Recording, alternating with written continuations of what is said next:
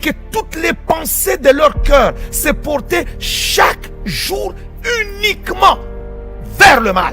Et c'est ce que nous vivons dans notre génération. Comment quelqu'un peut-il se lever un matin et dire non, il n'y aura plus de couleur pour hommes et pour femmes. Il n'y aura plus de vêtements pour hommes et pour femmes. Et pourtant, dans la parole de Dieu, dans le livre de Deutéronome, la Bible dit un homme ne portera pas un vêtement de femme et une femme ne portera pas un vêtement d'homme. Les pensées sont uniquement tournées vers le mal. Et vous voyez des gens, des prédicateurs qui se lèvent un matin et qui commencent à dire n'importe quoi. Ils déclarent n'importe quoi. Voilà pourquoi en ce moment, même nos méga church sont vides en ce moment. Parce que Dieu sur le trône, il dit je ne me retrouve pas dans vos affaires. Nous avons prié, stop virus. Le virus arrive à grands pas. Stop virus, mais il est en train de venir. Stop virus, mais il est en train de venir. N'avez-vous pas vu des serviteurs de Dieu mourir de ce virus? Il y a des enfants de Dieu qui sont morts de ce virus. Des serviteurs de Dieu qui sont morts de ce virus. C'est un message clair. Quand Dieu est fâché, pire encore, lorsque ça passe aux informations, on voit que c'est à l'église que les gens se sont contaminés. Cela doit nous alerter en tant que peuple de Dieu pour dire non, quelque chose se passe. Dieu n'est plus en accord avec nous. Dieu n'est pas en accord.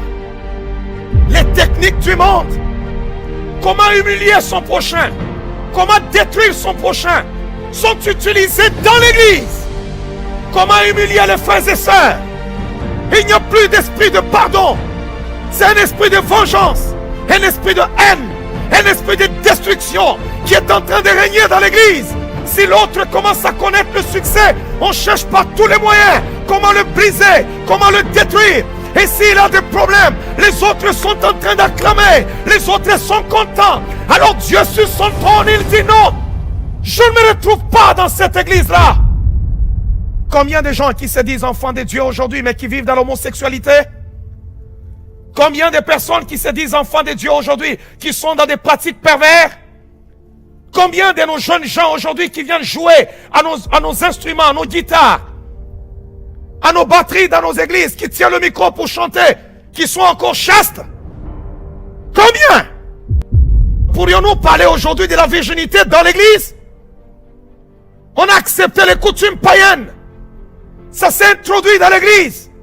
On a trouvé ça normal, ce qui était anormal. Pourquoi? Parce qu'on dit que notre monde a évolué. Combien de jeunes gens et combien de personnes ne sont-ils pas liés par la pornographie? Combien de personnes?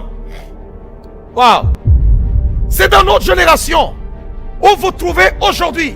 Il y a un problème dans ton couple, tu te sépares de ta femme va sur la place publique et va commencer à t'essuyer. Et il y a des gens dans l'église qui l'acclament, qui sont en train de l'appuyer.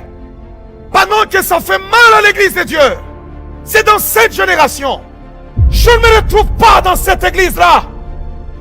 Vous trouvez des chrétiens, des gens qui se disent enfants de Dieu, les autres qui se disent serviteurs de Dieu, mais ils sont là, ils produisent des scandales. Les autres qui enregistrent, qui veulent filmer leurs frères et sœurs nus pour aller exposer ça sur les réseaux sociaux. L'exemple qui devait venir de l'église, parce que nous sommes la lumière et le sel de la terre, on n'a plus d'exemple à donner. On n'a plus d'exemple à donner. Oh, c'est en ce moment qu'on devait démontrer au monde la puissance de Dieu. Non, c'est parce que Dieu est même en dehors de son église. On a parlé sur ce virus avec des sentiments. Ça va s'arrêter. Ça n'arrivera pas ici. Et ainsi de suite. Toi, virus, arrête-toi. On a prié avec nos équipes d'intercession. Est-ce que Dieu n'écoute plus nos prières? Non, Dieu écoute les prières. Mais cette fois, l'Éternel est sur le trône. Et il est fâché.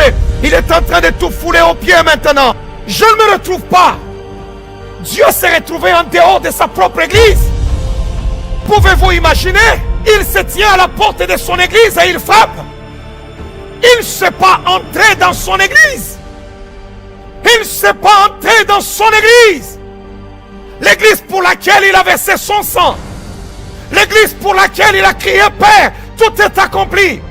L'église pour laquelle il a souffert. Mais il s'est retrouvé dehors. On a remplacé la parole de Dieu par nos coutumes et nos principes. Mais nous voulons que Dieu manifeste sa gloire et sa puissance. Voilà qu'aujourd'hui, non seulement on a fermé les écoles, on a fermé les boîtes de nuit, On a fermé les centres de ceci ou de cela. Même les églises. Quand Dieu est en colère, personne ne peut lui dire, Seigneur, stop. Rien que sa miséricorde, sa miséricorde, sa miséricorde. Oh Église, implorons la miséricorde. Dis à Dieu, Seigneur, j'implore ta miséricorde sur notre Église, ta miséricorde sur le corps du Christ, ta miséricorde sur le monde, ta miséricorde. Laisse que ces messages soient écoutés par plusieurs, Seigneur, par des milliers de chrétiens, des milliers de personnes, et que les âmes soient sauvées partout dans le monde, Yahweh. Que les âmes soient sauvées, que les chrétiens reviennent à toi, que l'Église revienne à toi, Seigneur, que les gens pleurent, qui pleurent, qui pleurent, qui pleurent, Seigneur, qui pleurent, Yahweh. Dieu ne se retrouve pas. Implorons la miséricorde, implorons la miséricorde, implorons la miséricorde.